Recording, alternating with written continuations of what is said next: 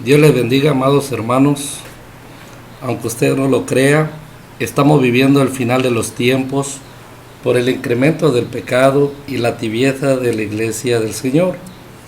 El Señor dice en Deuteronomio capítulo 30, verso 14 al 16, la promesa de restauración de su pueblo Israel.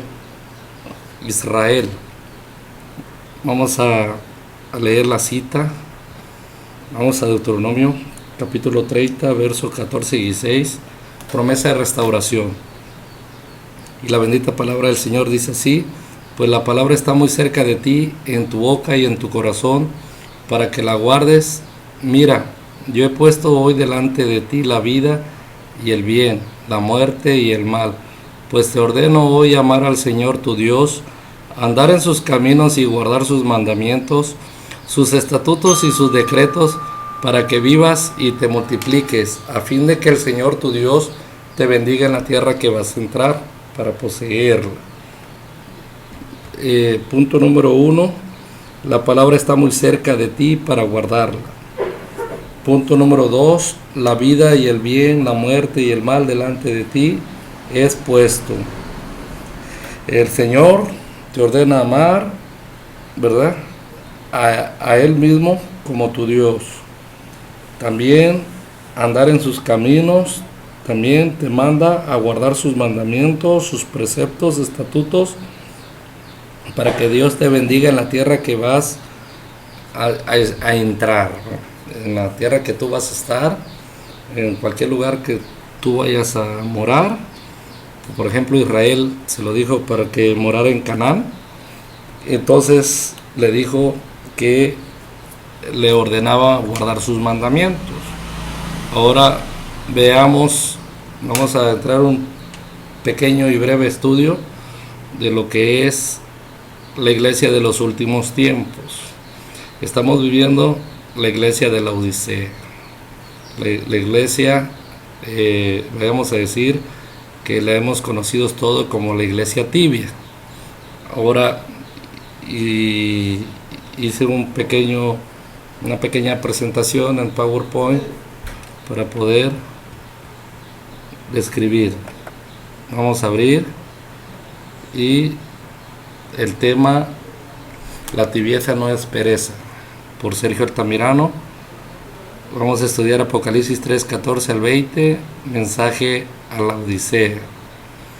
Vamos a empezar. Elegir un texto para obligar a la iglesia del Señor a trabajar con el pretexto de la pereza. El texto del versículo 16 de la tibieza no es el más apropiado para enseñar que somos una iglesia pasiva y no activa. A lo que me refiero en este texto de color azul, estoy refiriendo a de que muchas veces enseñamos lo del versículo 16 para exigirle y presionar a la iglesia del Señor a que nos apoye en la obra. Pero esta tibieza no tiene que ver con pereza, tiene que ver con algo más, y esa tibieza es una profecía en la cual está escrita en Apocalipsis capítulo 3, 16, en el texto directo o en el contexto de Apocalipsis 3, 14 al 22.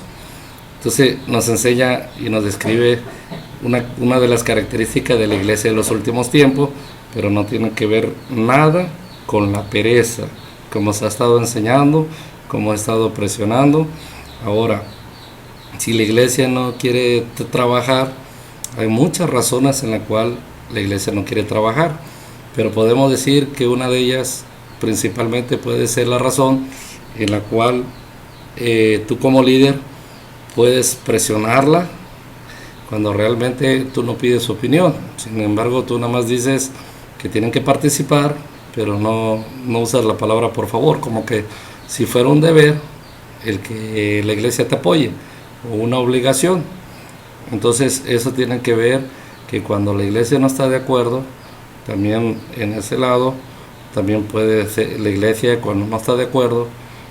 Entonces, con el no participar, están diciendo mucho que no están de acuerdo con el liderazgo, y también pues somos seres humanos, también tenemos que pedir ser propios al hablar, pedir apoyo, pedir ayuda, ser humildes al hablar, ser humildes al buscar ayuda, ser humildes en reconocer el trabajo de los hermanos. No porque seamos la iglesia del Señor estamos obligados a apoyar, no porque seamos la iglesia del Señor estemos obligados a dar, sino sencillamente es porque todo se pide apropiadamente, se pide con respeto, con educación. Vamos a recibir lo que deseamos, ¿va? Que la iglesia nos apoye. Pero bueno, esto no es la enseñanza. Yo lo que quiero dejar bien claro que la tibieza no es pereza, y por eso hice esta presentación para que pudiéramos estudiar más al fondo. Vamos a leer a qué se refiere la palabra de Dios cuando te dice que ni eres frío ni caliente. La palabra de Dios se refiere a que eres tibio, es decir, que la tibieza podría ser una mezcla de dos líquidos, el uno frío y el otro caliente. Vamos a poner el ejemplo de esta imagen. Y tú ya te decidiste frío o caliente. Mas porque eres tibio y no frío ni caliente, te vomitaré de mi boca, dice la imagen, Apocalipsis 3:16. Mas sin embargo, ahí podemos ver que la tibieza tiene que ver con la mezcla de los dos líquidos, ¿va? Un líquido frío más el otro caliente, entonces se hace tibio, o sea, el tiempo, ¿no? Vamos a continuar con otra diapositiva. Aquí hay una imagen de prohibida la tibieza. Digamos que la tibieza es el límite entre lo caliente y lo frío, pero la Biblia nos enseña que no debemos estar en el límite, sino que nos exige a que nos determinemos a ser fríos o calientes, pero no tibios. Es decir, esta imagen nos muestra que mayor a 70 grados es caliente y menor a 60 grados es frío. Así que entre 70 y 60 es tibio y está prohibido por el Señor. ¿Qué entiendes por frío y caliente? Son las personas que están desconectados de Dios. O sea, las personas frías son las que están desconectadas de Dios. Lo frío es desconectado de Dios. Lo frío es lo muerto. Lo frío es lo que no tiene vida. Es hielo. Es que no hay una relación con el Señor. Son las personas que están desconectadas de Dios. Y calientes son creyentes que están conectados. Es decir, Dios nos está diciendo que definamos nuestra vida. Entonces, cuando Dios te dice, por cuanto no eres frío ni caliente, o sea, no te has determinado, vamos a decir, de que tú eres una persona de que buscas a Dios, pero también haces lo contrario, digamos, ¿no? Te comportas como los que no tienen a Dios. Pero bueno, en fin, vamos a ver, estamos hablando de tibieza, no vamos a confundir, no vamos a pensar que lo que estamos enseñando nos excluye de, por ejemplo, de cómo vivimos, sino que vamos a ver, la tibieza es la iglesia de los últimos tiempos, la iglesia tibia, la iglesia de la Odisea. Vamos a entrar a la dispensación para que vayamos entendiendo un poquito más de este concepto. Ahí está. Aquí estamos viviendo las 7 dispensaciones de la iglesia. Estamos desde el año 31, desde que murió el Señor. Vamos a decir que proféticamente, porque el libro de Apocalipsis significa revelación, y tiene que ver que cuando el Señor Jesús murió y resucitó y ascendió a los cielos, empezó la primera dispensación, y tiene que ver con la iglesia de Éfeso, que es en el año 31 después de Cristo. Ahora, en el año 100 es Esmirna, en el año 313 es Pérgamo, en el año 538 es Tiatira, en el año 1517 Sardis, en el año 1798 Filadelfia, y en el año de 1844 es la Odisea.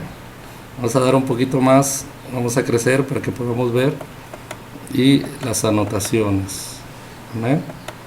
Vamos a ver, aquí dice elogio, crítica, vamos a darle un clic, ahí está. elogio, crítica, instrucción, promesa. Elogio, color amarillo. Crítica, color gris. Instrucción, color verde, promesa, ¿no? Eso es cuando Dios elogió a la iglesia de cualquier dispensación. Fueron 7, ¿no? Crítica, instrucción, promesa. Vamos a la de Éfeso. En el año 31, en el libro del Apocalipsis, si vemos, las 6 primeras iglesias tienen elogio, la séptima no, la Odisea no tiene ninguno. Mas sin embargo, a Éfeso la elogia que rechaza el mal, persevera y es paciente. A Esmirna no teme padecer. A Pérgamo mantiene la fe de Cristo. A Tiatira su amor, su fe, su paciencia es mayor que antes. A Sardis algunos han mantenido la fe. A Filadelfia persevera en la fe. Y a la Odisea, ¿qué elogio tiene la Odisea? La iglesia de los últimos tiempos, en el año de 1844 hasta la fecha, no tiene ningún elogio de parte del Señor. Ahora, el Señor critica a las iglesias. Aquí, al hablar de crítica, Esmirna y Filadelfia no tiene ninguna. Vamos a ver, a la iglesia de Éfeso, el Señor le critica que su amor por Cristo ya no es ferviente, o sea, ha dejado su primer amor. A Esmirna no le critica nada. A Pérgamo tolera las inmoralidades, la idolatría y la herejía. A Tiatira tolera la idolatría y la inmoralidad. A Sardis, una iglesia muerta, la critica. A Filadelfia, ninguna. A la Odisea, la crítica es su indiferencia, ¿va? Y es una iglesia indiferente, es una iglesia tibia. Ahora, ¿qué instrucciones da el Señor de eso? Es de color verde. A Éfeso le dice el Señor que tiene que obrar como lo hacía al principio, o sea, regresar a su primer amor. A Esmirna le dice que continúe así porque no le criticó nada, sé fiel hasta la muerte. A Pérgamo tolera las inmoralidades, la idolatría y la herejía. Entonces le dice, arrepiéntete. A Tiatira, el juicio se acerca, persevera en la fe. A Sardis, arrepiéntete y fortalece lo que queda. A Filadelfia, a ella no le critica nada, le dice, mantén la fe.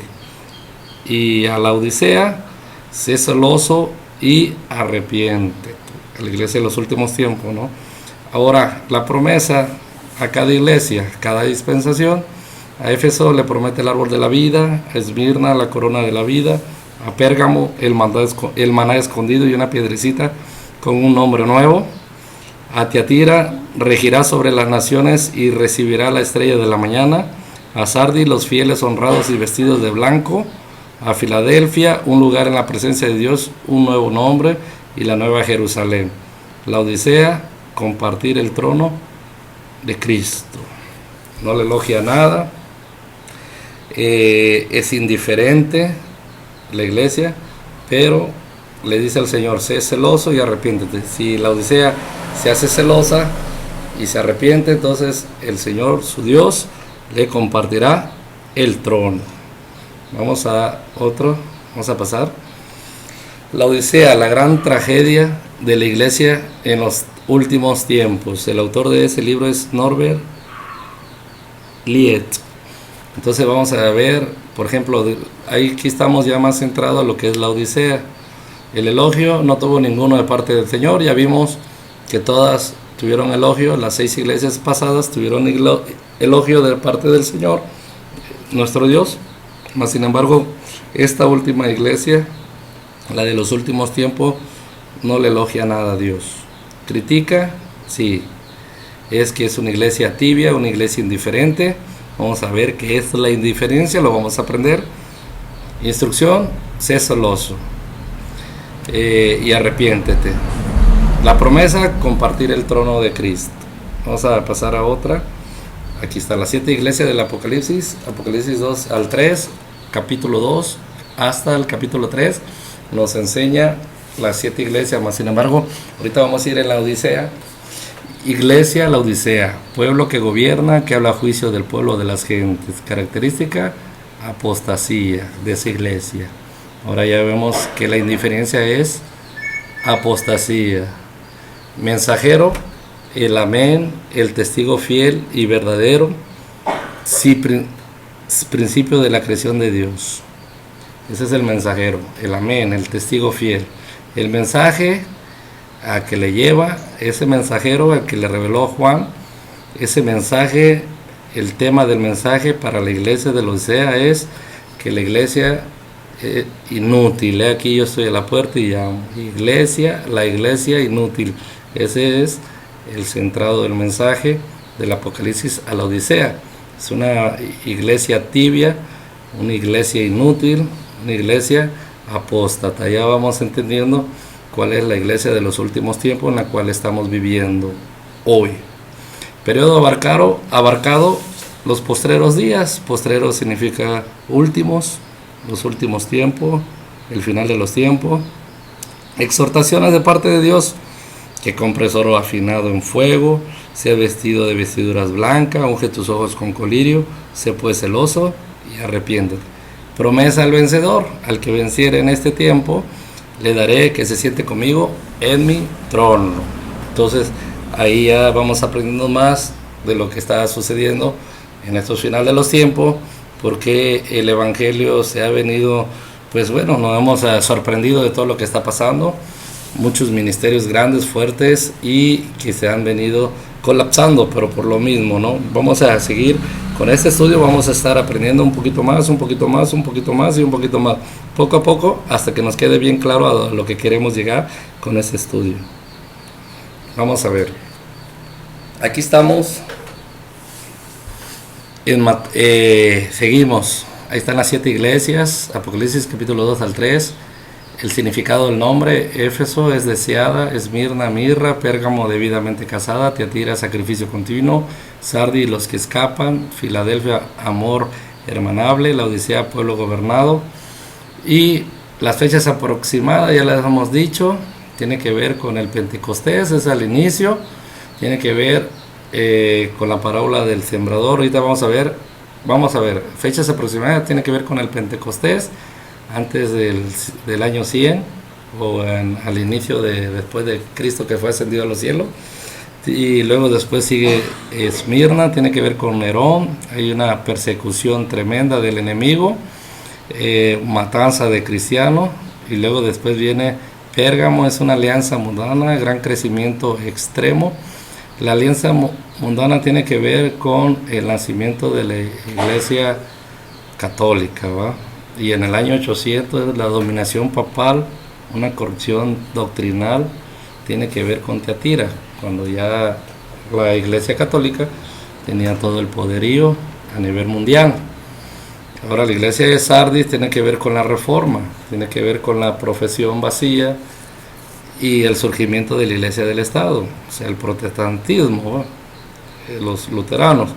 Bueno, ahora los postreros días de Filadelfia tiene que ver con la iglesia verdadera de los postreros días. Acordémonos que a Filadelfia no le criticó nada, tuvo su elogio y sin criticarle nada. Entonces hemos dejado ese amor hermanable, y la iglesia verdadera de los últimos tiempos también se ha perdido. Y la Odisea tiene que ver con ¿qué característica de la Odisea? La última iglesia que hemos aprendido: apostasía. Ahora vamos entendiendo más, pero todavía no nos queda claro. La última dispensación de la iglesia del Señor es la apostasía. Así es, hermano. Como tú lo oyes, hermano, como tú lo estás escuchando, hermano, estamos en la iglesia de los últimos tiempos, en apostasía. La apostasía, así como lo oyes, hermano. Entonces, pero no te preocupes, para eso es el estudio, para que veamos qué vamos a hacer. Vamos a regresar de nuevo aquí a Mateo 13, si quieren saquen su Biblia, y están continuamente las parábolas, tienen que ver con el sembrador, trigo y cizaña, grano de mostaza, levadura, tesoro escondido, perla, red, como las parábolas van entrelazadas con el mismo periodo dispensacional de las 7 iglesias. Vamos a decir que la parábola del sembrador tiene que ver con el inicio. Los primeros cristianos, los de Éfeso, sembraron con mucho gozo. Ellos sembraron la buena semilla. La primera iglesia primitiva sembró la buena semilla. La buena semilla, mas sin embargo, dice que la parábola del sembrador, ¿verdad? Dice que una dio fruto al 30, al 60 y al 100%. Entonces, ¿hubo fruto? Sí hubo fruto, a pesar de que fue una dura persecución, pero sí hubo fruto en la primera iglesia. Ahora, vamos a ver, Éfeso es con la siembra. Ahora, Esmirna, fíjense, de Éfeso a Esmirna hay una, vamos a decir, que sembraron la buena semilla, pero vamos a suponer que nadie se dio cuenta, como en la parábola del trigo y la cizaña, sino que cuando empezaron a ver la germinación de la semilla, empezaron a darse cuenta que cuando empezaron a hacer el trigo y juntamente con la cizaña, le dice en la parábola: Señor, vino el enemigo de noche y nos sembró cizaña. Entonces entra en una dispensación cuando Éfeso, los primeros iglesias y cristianos de Éfeso sembraron la buena semilla, y los de Esmirna empezaron a ver la germinación de esa semilla, pero también venía juntamente saliendo la cizaña, y eso tiene que ver con la persecución del enemigo revelado. Quiere decir que aquí ya había una revelación de que quién era el enemigo. Era Nerón en el año 300 después de Cristo. Entonces aquí esta parábola nos está enseñando que Esmirna es la iglesia que está juntamente el trigo con la cizaña. Empieza la primera persecución de Nerón, porque se quema Roma y le echan la culpa a los cristianos, y empiezan a exhibirlo en los coliseos romanos, a matarlos con león, y en muchas cosas más. Los torturan, los crucifican, en fin, ¿para qué? Para que el pueblo de Roma quedara tranquilo de la gran quemazón que se había incendiado Roma. Ahora, la de grano de mostaza tiene que ver con Pérgamo. La de grano de mostaza tiene que ver con Pérgamo, una alianza mundana, gran crecimiento externo. El grano de mostaza tiene que ver con que la semilla de la más pequeña dice que se hace un árbol. La parábola nos enseña que se hace un árbol y se hace muy grande, y también nos enseña que llegan las aves y anidan. O sea, estamos hablando de árbol, estamos hablando de frutos, estamos hablando de, pero ¿qué tienen que ver las aves y anidar en ese árbol? Entonces estamos viendo el crecimiento de la iglesia, el crecimiento cuando ya empieza a dar fruto, cuando se ve un gran árbol, entonces llegan esas aves, representan el enemigo. Desde que vemos en la parábola del sembrador, cuando habla de aves, habla del diablo. El Señor Jesús, cuando explica la parábola del sembrador, tiene que ver con el diablo. El ave que las arrebata junto al camino tiene que ver con el diablo. Entonces esas aves vienen y hacen nido en esos grandes árboles, ¿verdad? Árboles de fe, árboles de la iglesia, que dan mucho fruto, pero sin embargo también sirve para anidar las aves. Anidar, entonces tiene que ver con una alianza mundana en el cual la iglesia católica, o más bien vamos a decir, es un gran crecimiento externo de los romanos. Entonces esas aves, esos nidos tienen que ver con el mundo, con los ídolos, con todo, ¿no? Entonces vamos a ver a la levadura. La levadura tiene que ver con Tiatira, y la levadura tiene que ver con el pecado. La Biblia te enseña que es pecado, pecado, pecado. Entonces tiene que ver que la levadura, dice que el reino de los cielos es como la levadura que se expande y bum bum. Entonces tiene que ver con el dominio papal y corrupción doctrinal. Entonces tiene que ver esa levadura, tiene que ver con que se extendió a la iglesia católica, y esa levadura se extendió en todo el mundo y le dio el mundo, ¿va? Entonces vamos a entrar a la otra parábola, a la quinta parábola, que es el tesoro escondido. Y el tesoro escondido tiene que ver con Sardis, ¿verdad? El tesoro escondido es que alguien lo encontró. Dice que escarbando y escarbando y estudiando la Biblia y escarbando y escarbando y estudiando, Martín Lutero encontró el tesoro escondido. Martín Lutero no lo encontró así porque nada más estudiando, sino que Martín Lutero empezó a querer tener una comunión, pero una comunión recta delante del Señor. Vamos a decir, poner la Biblia por obra. A lo mejor muchos se dieron cuenta, pero callaron. Muchos se dieron cuenta, sus corazones le latían por hacer algo, pero murieron en silencio. Sin embargo, Martín Lutero, digamos que fue loco, o el rebelde, como dicen ellos, mas sin embargo fue ese loco que se atrevió a desafiar a la mega, ¿verdad? Mega religión papal. Entonces él escarbó hasta que encontró el tesoro, vendió todo lo que tenía, o sea, lo echó atrás, tiró todo por amor a ese tesoro, y ahí empieza la nueva reforma. Tiene que ver con la parábola del tesoro escondido, ¿va? Gracias a Martín Lutero, que él buscó, él quiso aprender como tú y como yo, hermano, que nos metimos aquí al estudio de la palabra, pero él no la cayó, él la enseñó, la predicó, no como hoy muchos que encuentran los tesoros, pero lo callan, no lo hablan, no lo enseñan, por miedo a sus seres queridos, por miedos a la crítica, por miedos a que los dejen de hablar, por miedos a que le digan fanatismo. Entonces ellos pasan de apercibido y mueren como que si nada hubiera pasado. No hubo una revolución en sus vidas como hizo este hombre de la Reforma, que fue Martín Lutero. Ahora veamos como la perla de gran precio, Filadelfia. Sabemos que Filadelfia fue una iglesia de que buscaba tesoros. Vamos a poner un ejemplo. Y cuando encontró al tesoro que era Cristo, dice que fue y vendió todo para comprar esa perla de gran precio. Ahora, esa perla de gran precio es Cristo. Fue un amor hermanable que tuvieron hacia el Señor. Esa fue la iglesia verdadera y no le criticó nada al Señor, ¿verdad?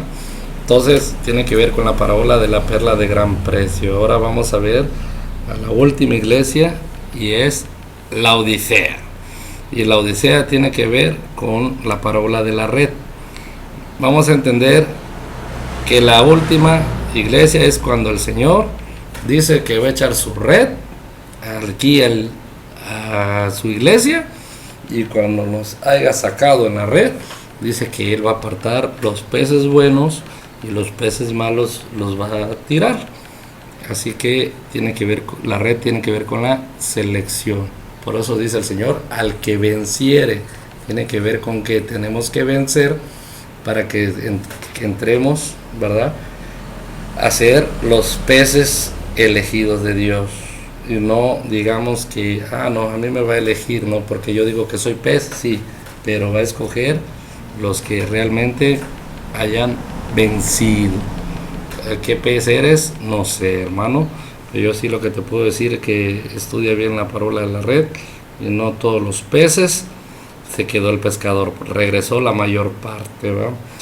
Si tú estudias la pesca, en la pesca, cuando tiran la red, se regresan los peces pequeños, se regresan las que no cumplen con la calidad, las características que busca el pescador y también ahí podemos darnos cuenta que el Señor con la iglesia de la Odisea va a hacer exactamente lo mismo. Y si vamos más a detalle, podemos estudiar cuando dice la profecía, el uno será tomado y el otro será dejado. ¿Qué quiere decir? Que nos va a escoger al Señor como peces y va a decir, a este lo tomo porque está bueno, es un pez vencedor, y este no lo tomo, está muy pequeño, no cumple con las características. Y es ahí donde podemos asociar la parábola de la red con la iglesia de la Odisea, y con que el Señor va a escoger los peces, escoger los vencedores. Amén. Vamos a continuar. Ahora, la Odisea, arriba es lo que tiene el Señor para ella.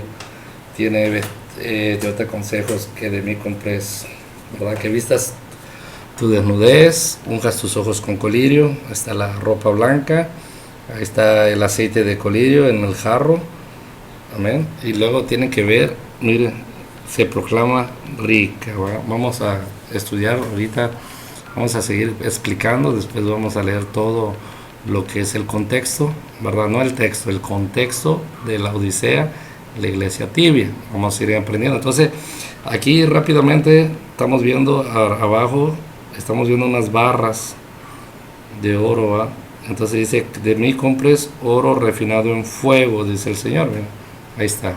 Ahí están todas las provisiones que tiene Dios, ¿verdad?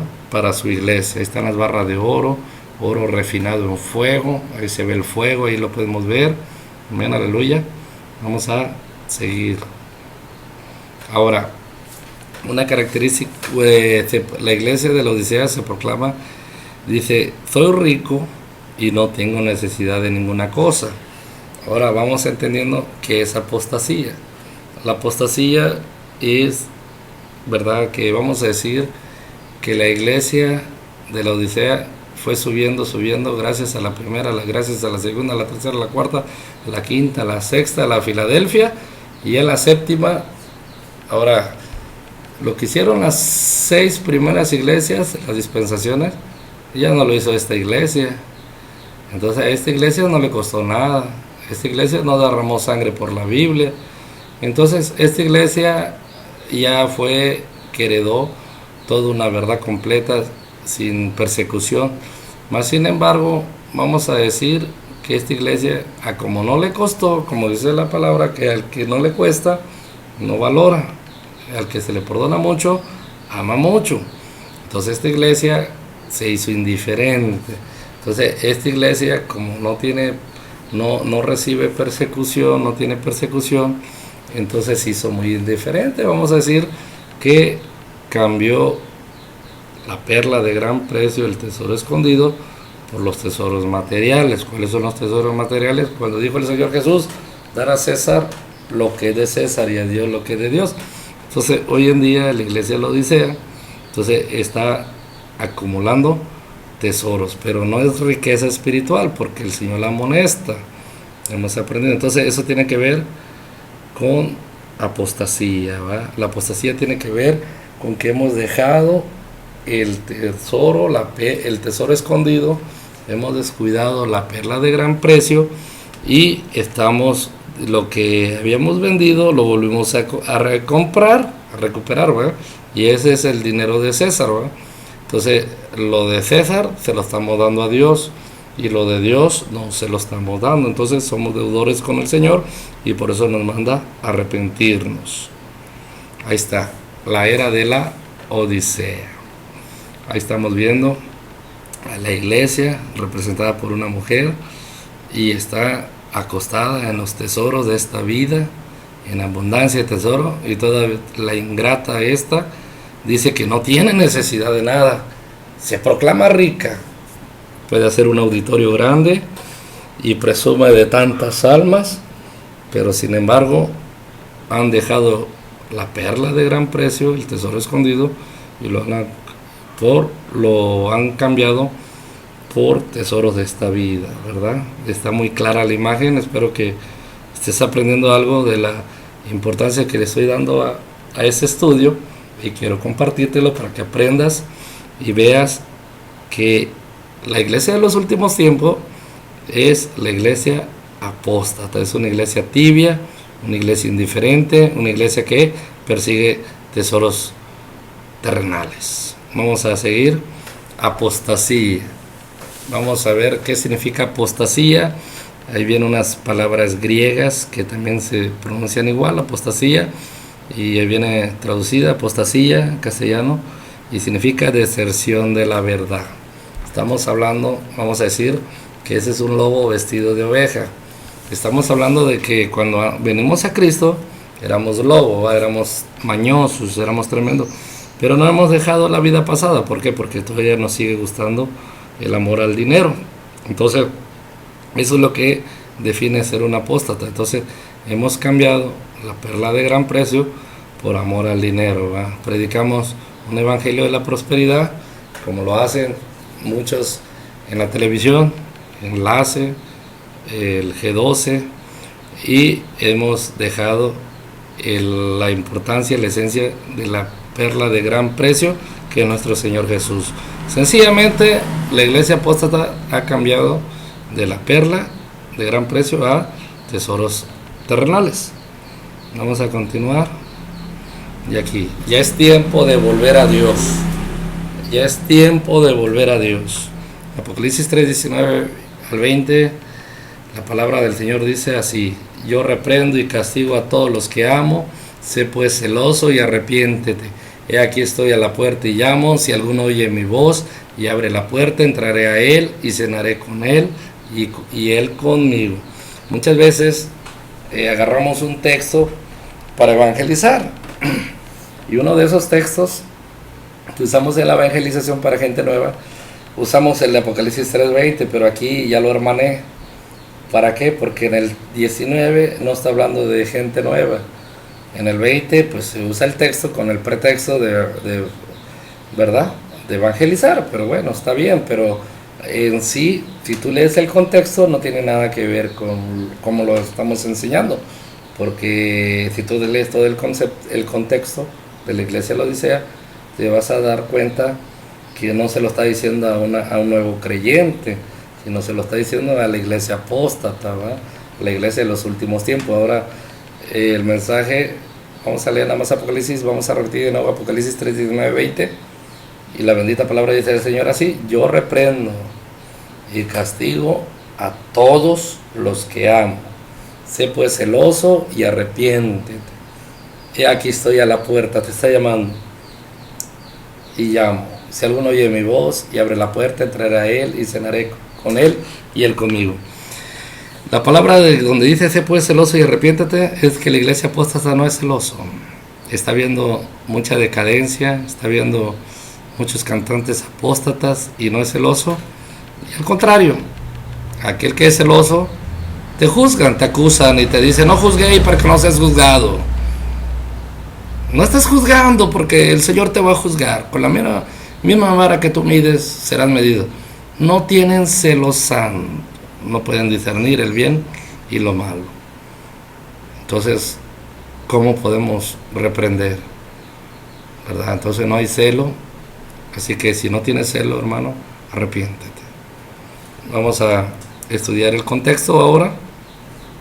Vamos a cerrar. Aquí está todo. Lo que vimos, la diapositiva, y vamos a cerrar PowerPoint y vamos a ir a estudiar el contexto. Aquí vamos a cerrar y ahí está el contexto. Ya no vamos a leer el texto que usamos para evangelizar, que dice: he aquí yo estoy a la puerta y llamo, si alguno oyere mi voz y abriere la puerta, entraré a él y cenaré con él y él conmigo. Ahora vamos a leer el contexto para exhortar a la iglesia tibia, a la iglesia apóstata, que ha dejado el verdadero amor, que ha dejado el verdadero tesoro, la perla de gran precio, por los tesoros de esta vida. Ya los vimos, ¿no? Es el dinero. Y por eso la iglesia, vamos a leerla, Apocalipsis 3, 14 al 20, Reina Valera antigua. Y escribe el ángel de la iglesia en la Odisea: he aquí, dice el Amén, el testigo fiel y verdadero, el principio de la creación de Dios. Yo conozco tus obras, que ni eres frío ni caliente. Ojalá fueses frío o caliente, mas porque eres tibio y no frío ni caliente, te vomitaré de mi boca. Porque tú dices: yo soy rico y estoy enriquecido y no tengo necesidad de ninguna cosa, y no conoces que tú eres un cuitado, miserable, pobre y ciego y desnudo. Yo te amonesto que de mí compres oro afinado en fuego, para que seas hecho rico y seas vestido de vestiduras blancas, para que no se descubra la vergüenza de tu desnudez, y unge tus ojos con colirio para que veas.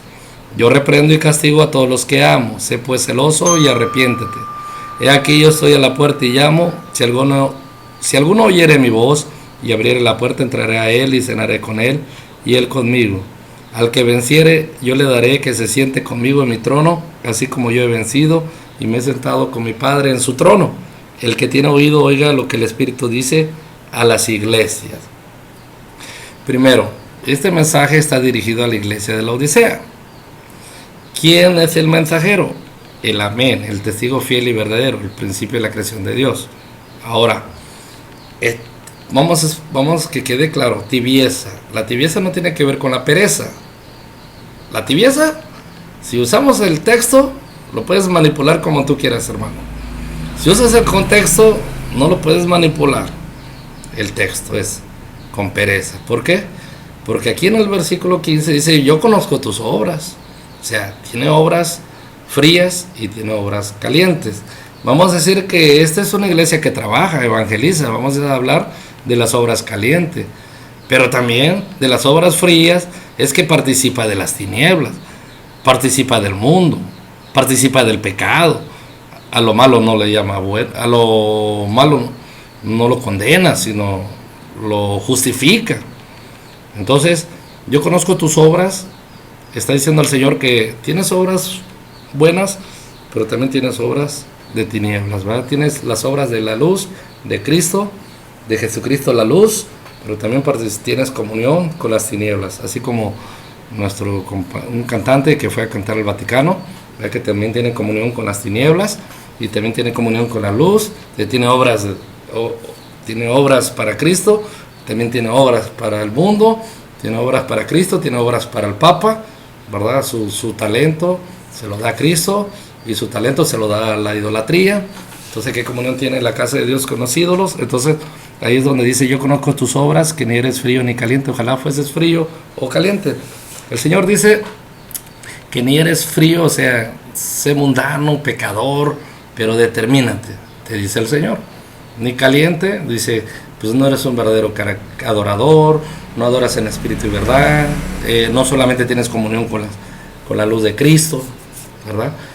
Y después le dice, más porque eres tibio, o sea, tiene comunión con la luz y también tiene comunión con las tinieblas, eso significa tibio, y no frío ni caliente, o sea, no eres mundano ni cristiano verdadero, te vomitaré de mi boca. Te vomitaré significa que los tibios no van a entrar al reino de Dios. Los tibios le causan náusea al Señor. En el 17 dice, porque tú dices, o sea, la iglesia de los últimos tiempos se proclama rica. Yo soy rico y estoy enriquecido. O sea, ¿de qué se ha enriquecido esa iglesia? De amor al dinero, de nada más de pedir dinero, ofrendas, pedir dinero para hacer auditorios grandes, para construcción, para poner aire acondicionado a la iglesia y todo, pero han cambiado la perla de gran precio por los tesoros de esta vida, ¿verdad? Entonces, y no tengo necesidad de ninguna cosa. ¿Por qué no tengo necesidad de ninguna cosa?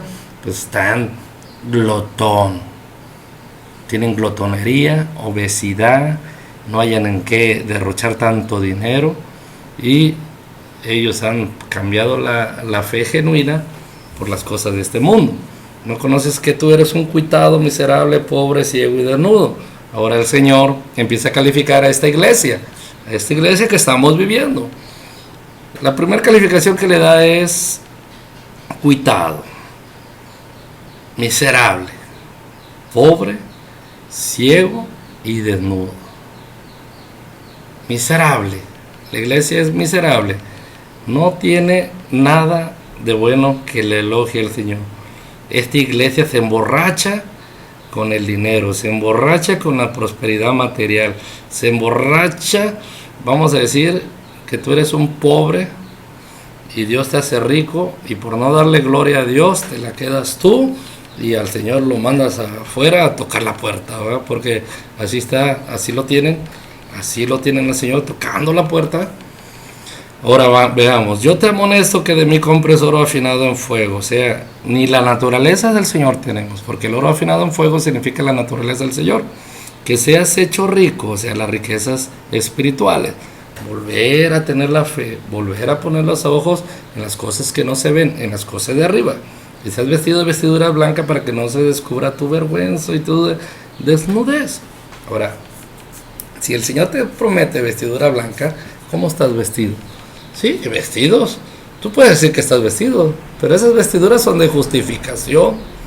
Y aunque sean de justificación, no son vestiduras blancas, sino son vestiduras de tinieblas, porque andas atrás de ídolos, idolatría, comunión, dinero.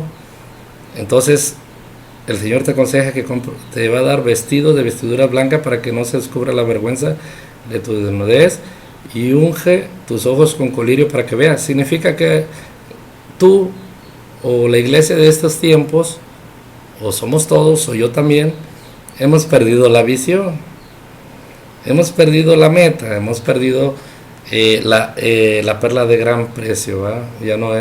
Ya no hay una fe genuina, ya no hay una fe que estemos dispuestos hasta la muerte. Dejamos de hablar doctrinas de salvación, dejamos de hablar doctrinas de pecado para que no se me vayan de la iglesia, nos enseñan que no hablemos del rapto, nos enseñan que no hablemos de la negatividad de la palabra, hablamos de pura positividad, de que el Señor te va a bendecir y todo, pero no enseñamos de que no los bendice porque andan en pecado. Entonces eso es perder la visión, eso es ceguera espiritual. Ahora el Señor te promete que ungir tus ojos con colirio para que vea. Después, en el amor del Señor y la misericordia, dice: yo reprendo y castigo a todos los que amo. Sé pues celoso y arrepiente. Te da oportunidad, hermano. Sé celoso. Sé celoso. Ahora, si tú eres celoso y evidencias a todos los apóstatas, te enojas. ¿Cómo te vas a enojar? Entonces no eres celoso. No digas que eres celoso si te enojas. Y lo del Señor, las cosas del Señor no las defiendes, eso no es celo. Eso es de que ser como una ramera. Andas con uno, andas con otro. Es una prostituta espiritual. Tienes ídolo en tu corazón y tienes al Señor Jesús. No eres fiel. Arrepiéntete, hermano. Y aquí lo que tú enseñas a los nuevos, Dios te lo está hablando ahorita. Aquí yo estoy a la puerta y llamo. Si alguno oyere mi voz y abriere la puerta, entraré a él y cenaré con él y él conmigo. El Señor quiere cenar contigo, quiere regresar a como lo hacían antes. Perdiste la visión porque no le diste la gloria y la honra al Señor. Te orgulleciste. Bueno, te enseñaron mal. Al que venciere yo le daré que se siente conmigo en mi trono, así como yo he vencido y me he sentado con mi Padre en su trono. Al que venciere. Tienes que vencer, amado hermano. La promesa es sentarse en su trono. El Señor ha vencido. Ahora no hemos hecho nada. Las primeras 6 iglesias lo hicieron todo. Nosotros nos llegamos a sentar al trono del Señor porque ya lo hicieron las demás iglesias. Pero sin embargo, no le hemos dado la gloria al Señor. No las hemos agarrado, ¿verdad? ¿Cómo no hemos robado la gloria al Señor? En señales, milagros, prodigios, en usar el nombre para sanidad, y hasta hemos hecho tanta doctrina de hombres. Y esa doctrina de hombres son la visión de cada loco que sale, ¿va? Cada loco trae una visión diferente al otro, y una visión, una visión, una visión, una visión. Y eso es apostasía, de que no, el Señor lo que quiere es que volvamos al evangelio original, no a ser denominacionales. Todas esas denominaciones es apostasía al Señor, porque lo único que vino a hacer es dividir, dividir y dividir y dividir y dividir su iglesia. Ahora, el que tiene oído, oiga lo que el Espíritu dice a las iglesias. Voy a cerrar. El que tiene oído, oiga lo que el Espíritu dice a las iglesias. ¿Qué significa el que tiene oído? Significa el que tiene entendimiento. ¿Qué significa el que tiene oído? Al que el Espíritu Santo le está hablando, al que el Espíritu Santo le está llamando, al que el Espíritu Santo le está redarguyendo. Si el Espíritu Santo te está llamando, si el Espíritu Santo te está redarguyendo, y tú crees en tu corazón que es tiempo de regresar a Dios, es tiempo de ver la apostasía de la iglesia cristiana, es tiempo de ver la decadencia de la iglesia cristiana, es tiempo de ver cómo se está derrumbando la iglesia cristiana, es tiempo de que tú seas celoso, es tiempo que te dé coraje, cómo están pervirtiendo el evangelio. Arrepiéntete, hermano, quiero orar por ti. Repite conmigo estas palabras: Señor Jesús, te doy gracias, porque ahora mis ojos están viendo que estamos en los últimos tiempos, que tu iglesia, Señor, está en una apostasía tremenda. Te han cambiado por las cosas de este mundo. No le elogias nada, porque no tiene nada bueno, Señor. Esta iglesia se vino a sentar de la que las primeras 6 iglesias hicieron, Padre. Sufrieron, y la última iglesia de la Odisea se vino a sentar y a sentirse rica. ¿Por qué? Porque esta no fue perseguida, Padre. Porque esta iglesia solamente cambió las cosas de arriba por las de aquí abajo. Señor, yo te pido perdón, me arrepiento.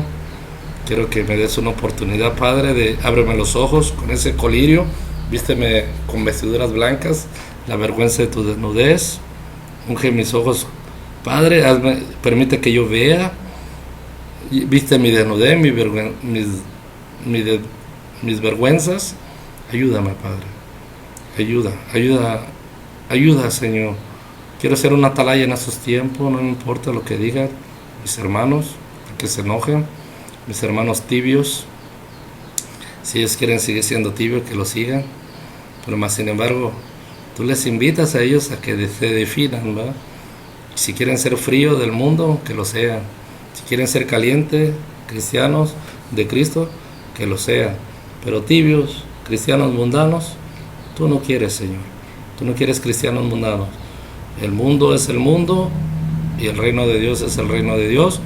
Y no podemos mezclar, sacar una sustancia tibia de las dos cosas, porque te produce náusea. Los cristianos tibios no van a entrar al reino de Dios, Padre.